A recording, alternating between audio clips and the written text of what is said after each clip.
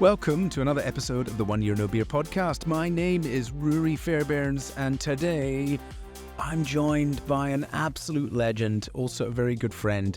He's been on the podcast before, but this guy is super awesome, super human, a little bit nuts, and I love him to bits. So I'm really happy to have him back on the show. He's been an amazing support of me, of the business. They're investors in 1 Year No Beer. We used to stand at the end of the race line of every Spartan in the UK, cheering people on and inspiring them to change their relationship with alcohol.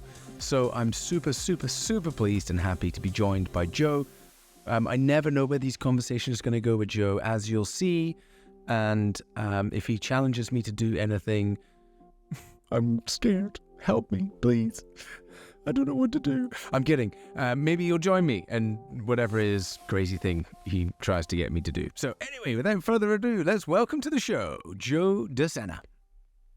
Welcome back to the show, Mr. Joe De Sena. How are you? Good. How you doing? Yeah, really good. Really good. As I mentioned before, I put up, anyone watching on our YouTube channel, I put this sign up specifically for you, Joe. It's normally reserved for internal meetings. The ones I have for external podcasts are usually a bit more kind, like, mindset is everything, be a game changer. But this one says, nobody cares, work harder. That's my favorite saying ever. So I have a sweatshirt that says, nobody cares, work harder. I tell my kids. But often you can meet these famous people and they say, oh, I'm blah, blah, blah, and blah, blah, blah with my kids and everything else. And you wonder the truth when you get around to their house. I've been to your house. And I have watched you kick your kids out of bed at like 4:30 in the morning, maybe even 5 o'clock. I got kicked along with them and sent into the garage and forced to do burpees and wall balls and all sorts of things like that well before. So yeah, you're fully congruent. I give you a round of applause for that one. We got to start using that around Spartan Nation. I like that. Are you fully congruent? That's everybody should look in the mirror and ask themselves that. Yeah, 100%. Do I just play an influencer on TV, or am I actually making a difference, right? Yeah. Am I fully congruent? I think that's one of my core values. And by the way, I'm also going to sit here and say, not every day I smash my morning routine. Don't be stupid. Not every day do I wake up and the sun shines at my ass or everything goes to plan. Quite the opposite, right? Some days I'm fighting like cat and dog with my wife. All of those things. But most of the time, am I fully congruent? Like, am I trying to lead by example? I think that's really important. Yeah, taking on that philosophy, having that value is really what keeps me on track. This morning I was running with some friends. We got about 3.5 miles in and we got to the wrestling room where the kids are. And my friend said, hey, let's go grab a coffee at the Dunkin' Donuts across the street. I don't really drink coffee. But because I have memories of, and this probably applies to alcohol too for people, because I have memories of really great things in my life around people holding coffee. So my dad had a big trucking company, a big trucking business when we were kids. And I'd see all the guys with trucks running early in the morning. It felt like the big boys, you know what I mean? With the trucks running and coffee in their hands, or construction sites over the years where I was mixing cement, guys had coffee in their hand.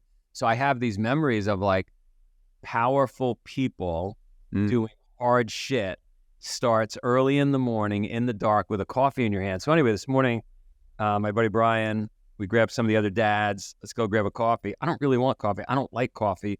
But again, I have those memories.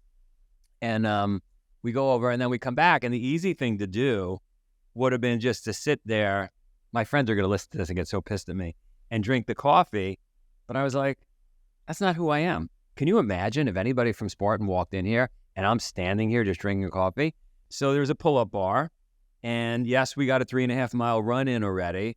But like I still had 10 rounds of pull-ups, push-ups, and squats. Like I had to do my thing. So I know my friends are embarrassed because they're sitting on a bench holding their coffee, watching me do 10 rounds. But I had to do it. And so what do you do? Are you fully congruent? What do you do when no one's watching? Here's a better one I just thought of. What do you do when people are watching, but they're not doing it? You know it's pissing them off. You know you feel weird doing it, but like, who gives a fuck? Yeah. This is who I am. It's going to make me better, and we're doing this. Well, I would say the vast majority of society don't. In fact, we know that from behavioral science. People just follow the crowd. They follow the peer pressure. They get in line. They go in the queues, especially in Sweden, right? They just want to follow the herd. So that makes it even more difficult, which I think, is both incredibly inspiring about you, but also, in a way, fear-making, right? Because you're like, how the hell does Joe do that, right? How does he break out of what is a social norm in that moment when everyone's drinking a coffee and the social expectation is just to fit in and bust out some pull-ups? So how did you get to that? Was it always that way? First off, if you're out there and you're listening to this, you're watching it, I think I come across as more hardcore than I actually am. And so if you want to be my friend, I am open to making friends. Because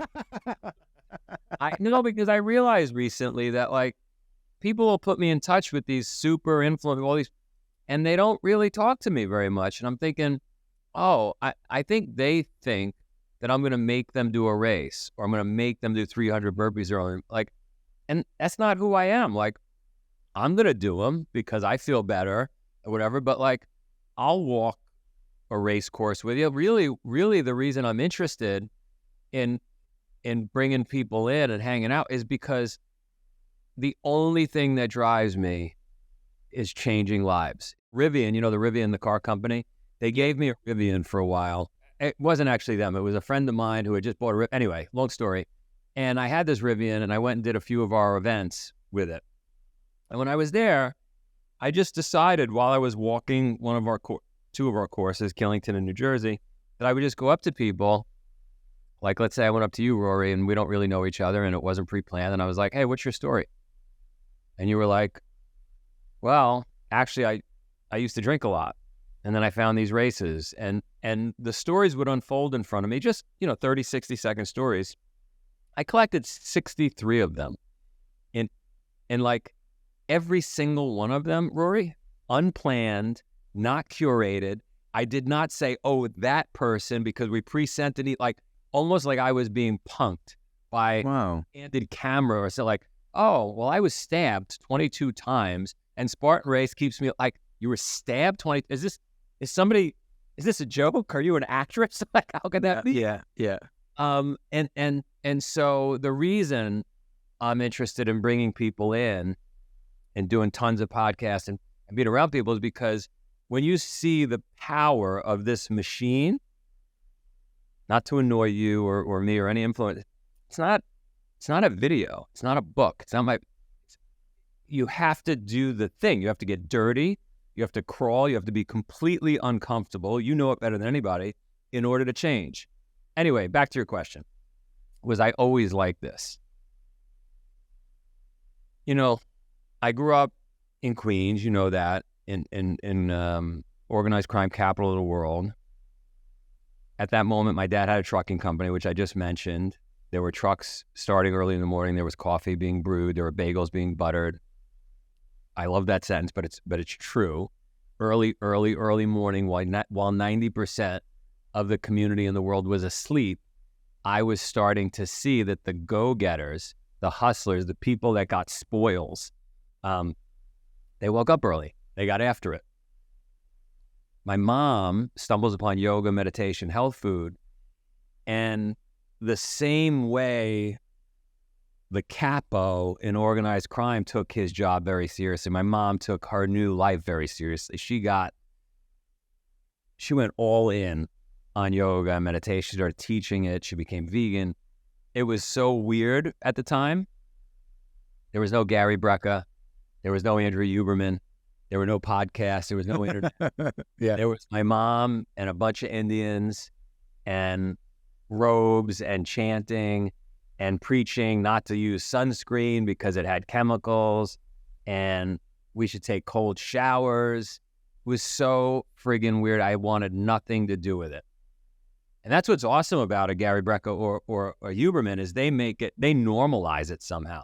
So anyway, was I always like this. I'm seeing the bagels being buttered. I'm seeing the bad guys do bad things, but they're really into it. They're professional at it.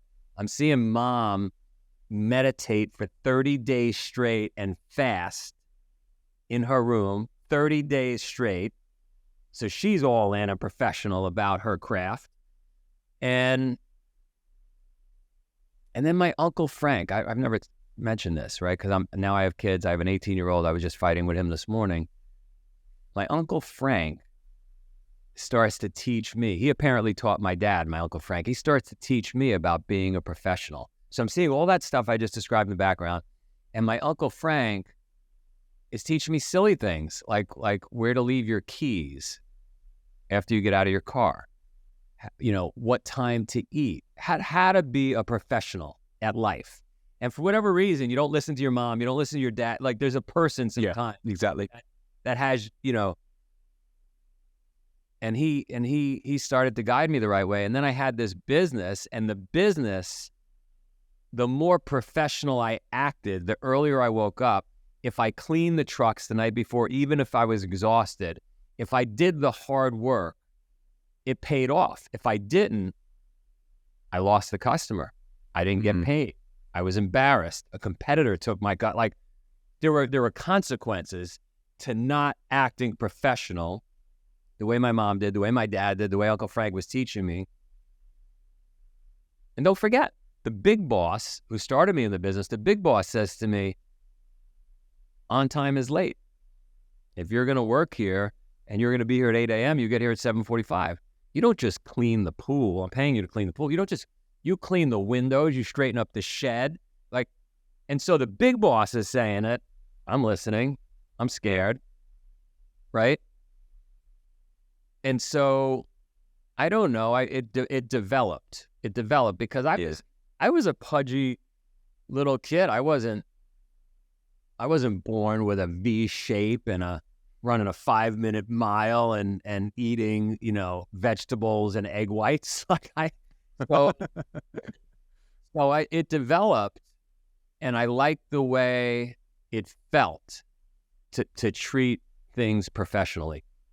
And I think that we'll come on to this, but I think that's something that you feel quite strongly is very much missing from the parenting and, kids of today and all sorts of things like that, which have led on to much of your message about what we actually need to be teaching kids.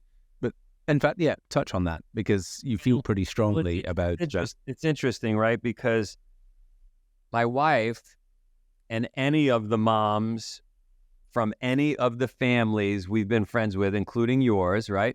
Any of the moms are wired to protect and soften and make sure the cave is a comfortable place. And that made a lot of sense 2,500 years ago and 200 years ago and 100 years ago.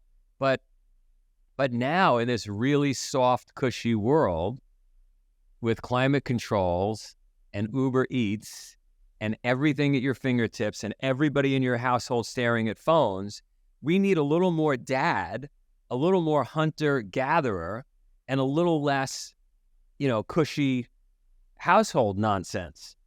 But you can't blame people because they're wired. We're wired that way from all those years of evolution. And all the dads I taught, we're all fighting our spouses, our kids, our communities, our schools. We're fighting everybody and saying, hang on a second, the kids need to... I made the kids carry kettlebells one day. I had a woman pull over her car. It was like 70 degrees out. It wasn't even that hot. They were carrying it like 2 or 3 miles, these kettlebells, just for exercise. Pulls over, screeches her station wagon, jumps out and asks the kids, do you know him?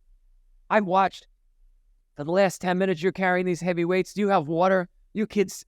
I was like, ma'am, these are my kids. Like, I don't want to fight with her. But, like, and then I thought about it and I didn't want to be upset. I was like, oh, she has not seen a kid on a sidewalk in 5 years. Kids don't come out on sidewalks anymore. They certainly don't come out on sidewalks carrying kettlebells. They might be aliens. They might be, maybe I'm abducting them. With kettlebells. So, I had my son Charlie. You know Charlie. He was like 4 or 5 years old. Put him in a life jacket. I said, we're swimming across the lake. He didn't even know what a mile was. Not going to drown. He has a life jacket on. Took a long time. Sun started to come down, and some neighbor in a kayak came out, and she was fighting, trying to get Charlie out of the water. And we've watched you. I said, ma'am, it's my son. It's okay. You don't even see fish in this pond anymore. Like, come on, stop. Anyway. Yeah. So, We're fighting our urges and our instincts as humans to be protective when actually we should be putting them in more danger. Okay, and but why? What is it you're seeing that by putting them in more danger or doing? What's the outcome? Why should it's so much easier for us to give them easy lifestyles and just to throw the phone at them and not do all that stuff and not create those things. Why are you saying that we should be doing this? There's a lot of unintended negative consequences that come along with a human being not being prepared for the stuff that's coming at them. For example, they're going to have to get into a school. They're going to have to negotiate with classmates and girlfriends or boyfriends. They're going to have to get a job. They're going to get fired from their job. Someone close to them is going to get sick and die. They're going to get sick. These are going to be major life obstacles that come their way, and they are not going to be prepared if we're wiping their asses, we're helping them do everything they have to do on a daily basis. By the way, I'm just as complicit. As hard as I'm talking and as much as I'm advocating for this, for putting obstacles in their way, I'm a parent in a modern world, and I trip and I make it too easy. And really, we should let them fail and suffer and feel the pain like I felt when I lost that customer, when that relationship, broke, when you go down the list, when I lost that job, because the sooner I can feel that pain and the sooner I can learn to bounce back from it and learn from it, the more successful I'll be in life. Yeah. So I'm pretty sure it was your speech I went to at Brand Week, and you were talking about amazing things. In fact, you brought up the study, which is one of the largest ever studies looking back over decades of children, over longevity study, and they were looking for single factors that were indicating a propensity for success, right? Success being derived, available financial means, happiness in the household, all of those kind of things, right? So, and there was one outlying factor by a significant margin, and that is grit. And this is something, since I saw that I am such a strong proponent of in the family. Like, if you trip up, I'm not coming back to get you. Don't be silly, right? That's just like the basics. Come on, get yourself up, because they've got to learn to pick themselves up. They've got to learn that they are actually okay, and all of those kind of things within reason, right? If there's serious amounts of blood coming out, maybe it needs attention. Something that you are so good at is trying to give this message out to people about really enforcing grit, getting over the hard stuff, celebrating failure. I think it was the founder of Spanx, and she said that every single mealtime, Dad used to say, "Right, what did we fail at today?" And there was a culture of celebrating failure. I'm all in. I know that family well. We have to fight our own instincts. Our own instincts is to protect, as we said before, as parents, and to help and to uplift and to give a hand to. But actually, when I think about my own parenting, my first time at it, and I wrote a damn book on it, and I think about living on that farm. And we would wake up in the morning, we'd go to ski practice, downhill ski practice, 30 below temperatures some days.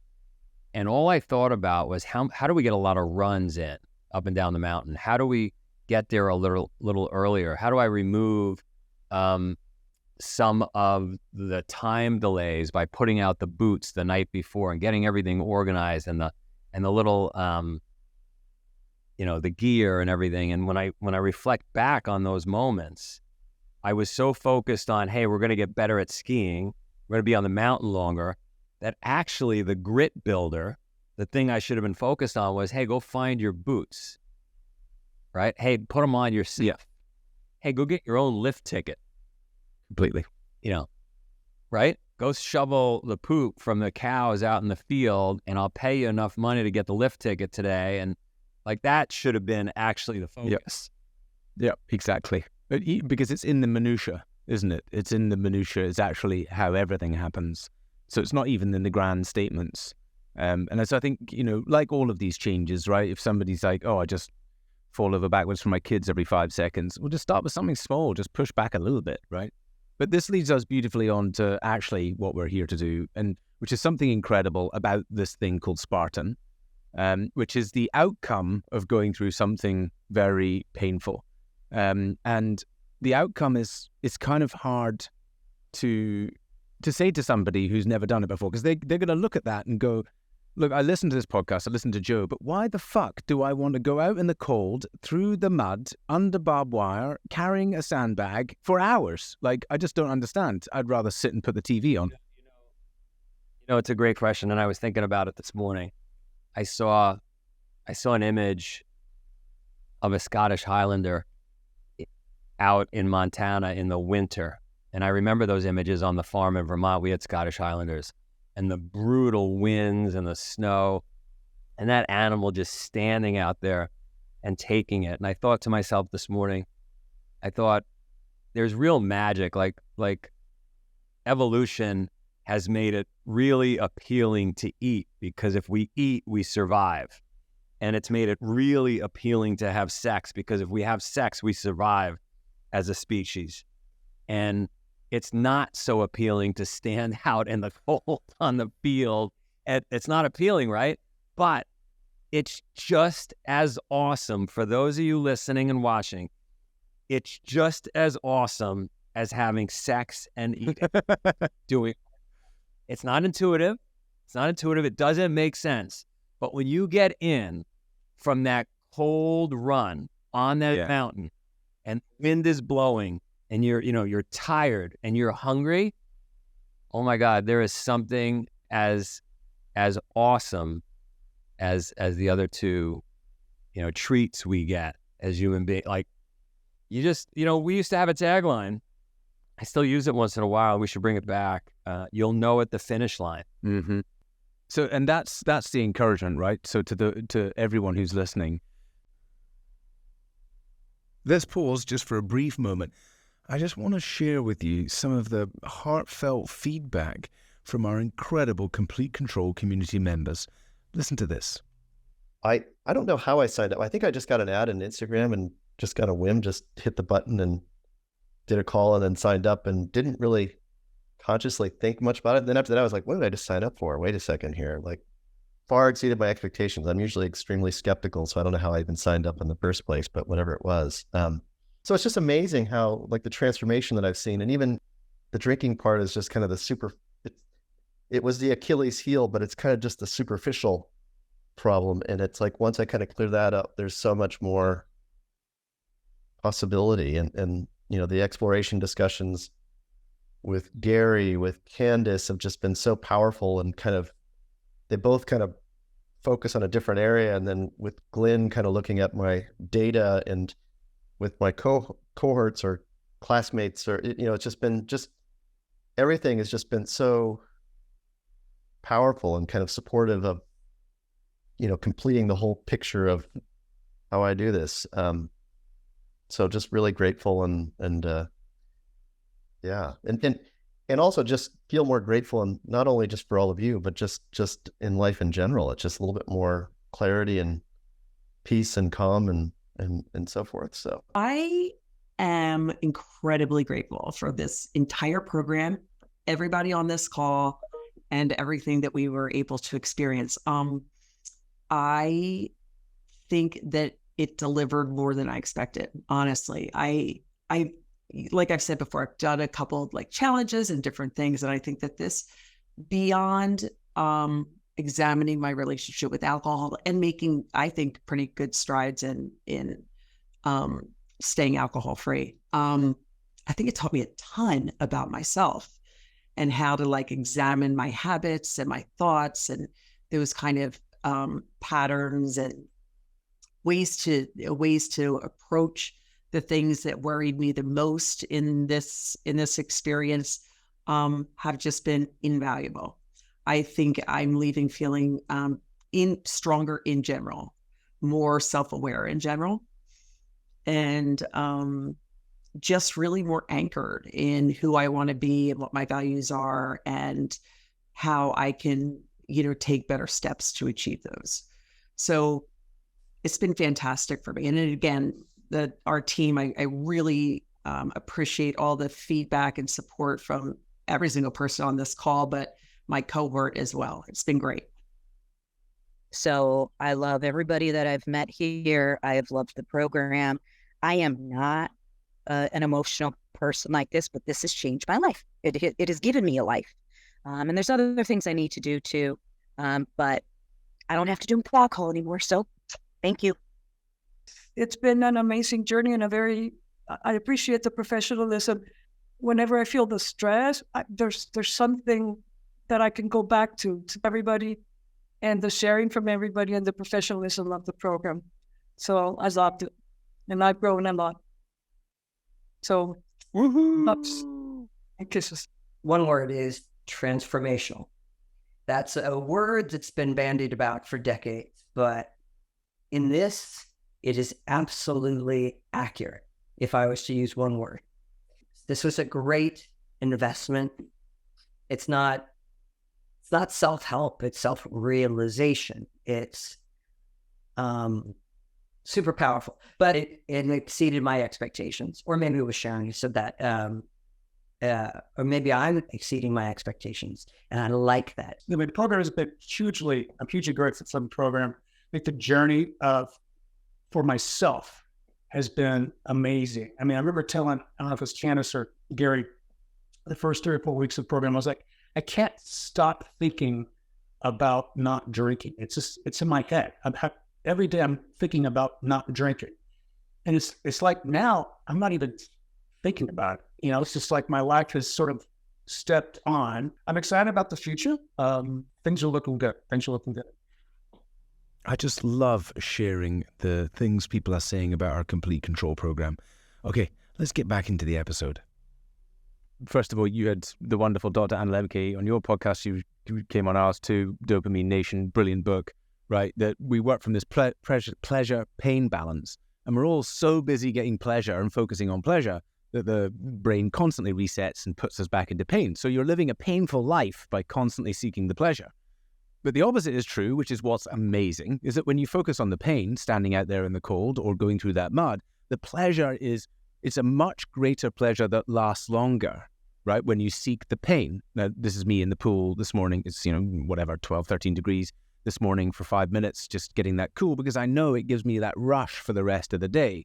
So the thing about the Spartan is when you look at it, you're just like, I don't know why I would do that. I don't know why I would go for it. The bit that is psychologically happening inside their brain when they commit to it is that this is the tool that is actually going to finally change your relationship with alcohol. It's the tool that's going to get you promoted.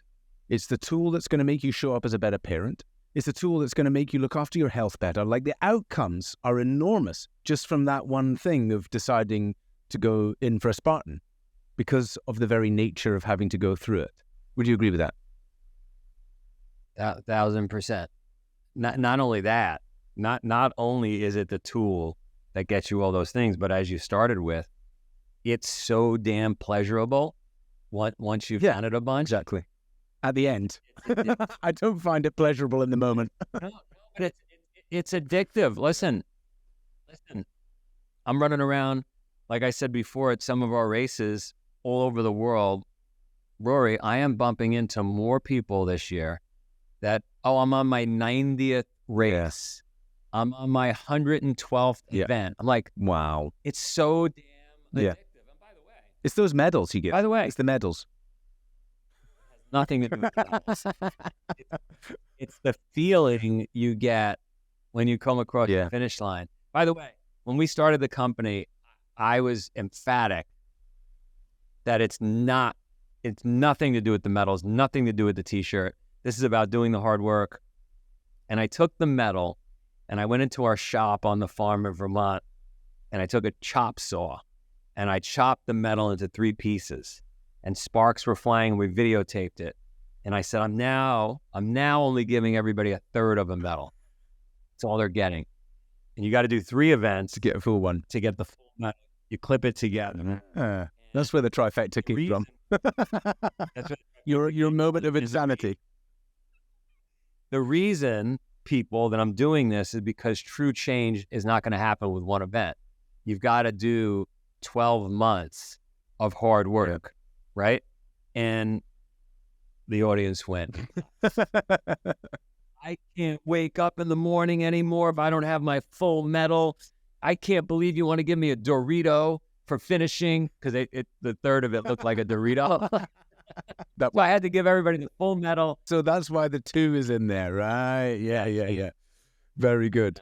So I think the biggest part is inside all of this is, there's a lot of people who are listening who are just getting off the couch.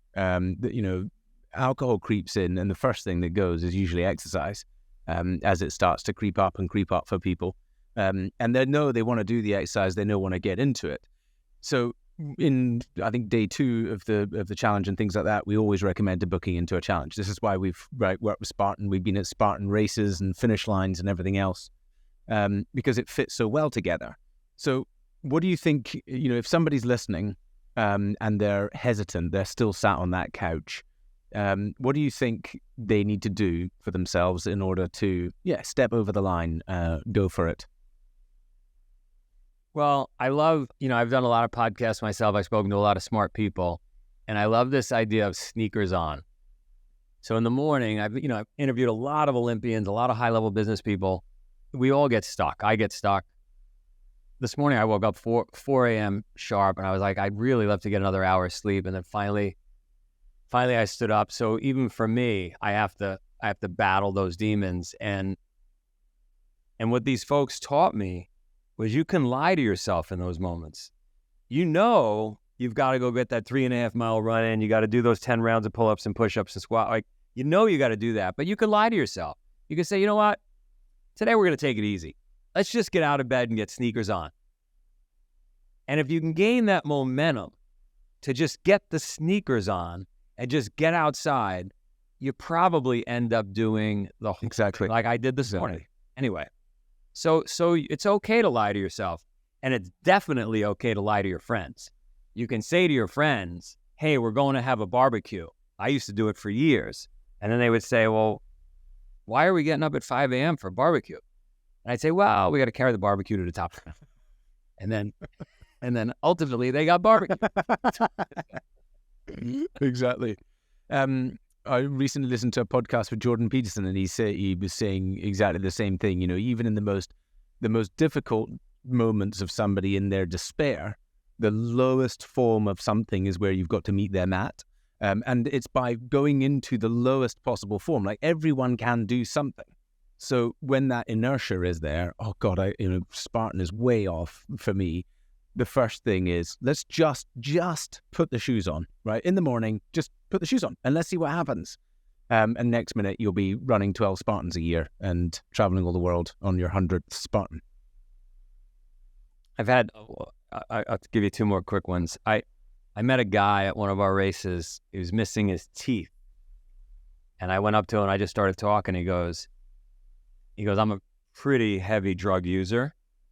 And 3 or 4 months ago, I was in my pickup truck and I pulled over to the side of the road and was thinking of killing myself. I just couldn't get it together. And I happened to hear a Spartan race ad on the radio in my truck. And he goes, not kidding you. I got out of the truck and I went into the woods and I started training right there, right now. And I've been training ever since, and I'm here today. And so no matter how far down you are when you start, you can get there. There was a young 18-year-old. She said, I was on my couch. I was watching Netflix like everybody else. I was smoking. I was looking at my phone all day. I heard about the Spartan thing. I went out and I did a stadium race, and then I heard that you're supposed to go to stadium to sprint. So I went and did a sprint, and then I did a super, and then I did a beast, then I did an ultra beast, and here I am at the death race. She won. Wow. What's the death race, Joseph? Death race is on the farm every year. Everybody on your podcast, anybody listening to your podcast, tell him that you're in. Tell him that he's in. Death race. Rory's going to come. He's going to bring his kids to the farm. It's the end of June, 2024. I'm sure it's going to be a hot ticket, Rory.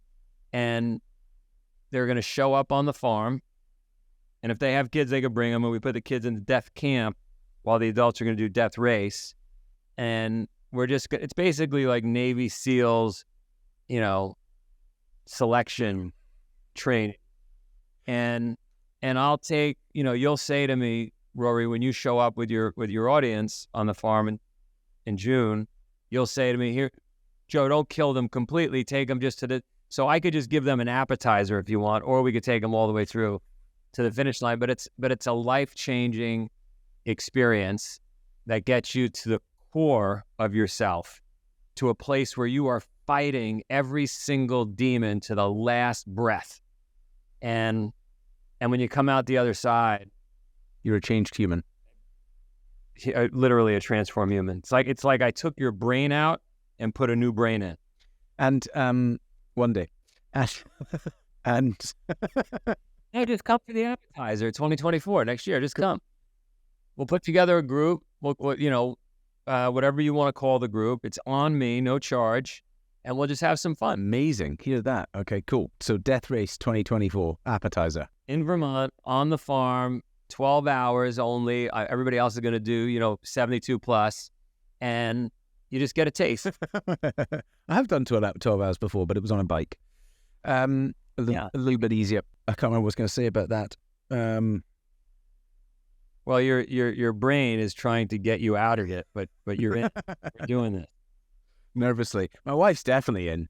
That is definitely in. Can you just tell the audience, you, Jen, we're going to do it. We're going to do it. All they got to do is get to the farm. Easy. 2024. We're there. I know what I was going to say. There's actually a video about this. There's a documentary. It was a Netflix documentary about Death Race. We haven't published it yet. I've seen it. We have. Yeah, I probably showed it to you. We haven't done anything with it yet. Why not? Yeah. Are you worried? Because COVID hit, and I got 3 documentaries that are almost complete. Death Race is pretty complete. It was the HubSpot one, I think, wasn't it? Oh, that one is published. You haven't seen this one. Okay. And this one, the woman that we highlighted, I don't want to give it away, but I'll tell you one thing. That was the year that I'm not even going to tell you anything because then you won't show up. Bring your friends. I've seen some of this stuff. I've seen some of it. I've seen people being absolutely beasted beyond their belief. So yeah, you're doing the appetizer. I promise you, it'll be a nice 12-hour, picking flowers, hold hands, barbecuing in the warm with a jacuzzi. Oh yeah, I can't wait. Cool. So, what do people do if they want to go and join a Spartan? We're broadcasting all over the world. So, how many countries are you in? Everywhere, anywhere you are. I'm shocked. I was in Ukraine not too long ago, as you know, and I was meeting people that had done Spartan race. It's just unbelievable. It's everywhere. So, what they should do, anybody who wants to do a race, get in touch with Rory. Tell him you want to do a race. He'll collect your name, your email. I'll get you guys a bunch of entries. I would say I'd be highly disappointed if 300 of you don't come together and do this. We'll emulate the private OYNB death race in Vermont. Amazing. Sounds like fun. Joe, thank you for inspiring people to be stronger, tougher, and do great things. And, I'm a big fan of Spartan and big fan of you, so great to share the message. I'd love to get back to being at those Spartans finish lines again one day. We will be back there. But thanks very much for coming on the show. Any final thoughts from you? June 2024. If we're allowed to stay for a week at the farm, then we'll come with it. You can stay for a week. consider it like one of these influencer, what do they call it, gatherings, Yeah. Be one of those. We get some film crew in there and get some more influencers involved. Just tell them it's going to be a nice week in Vermont, and we're going to be having a barbecue, guys. It's an awesome week. Fun-filled speakers, journaling, yoga, stretching. Could we listen? Only the people listening here will know the truth. Can you and I work on a landing page that has like a curated, like offsite type, and hidden in all the wording, just some clever copy, right? You'll have plenty of mindful moments to really think about life. If you give me the first draft of it, I will create it and put it on the Spartan. You can put it on your site, and we'll promote it. We'll promote it as relaxing retreat. Yeah, discovery, self-discovery. Discover your true self. I'm going to get to work on that. Joe, thank you very much for coming on the show, as always. See you, bud. You're awesome.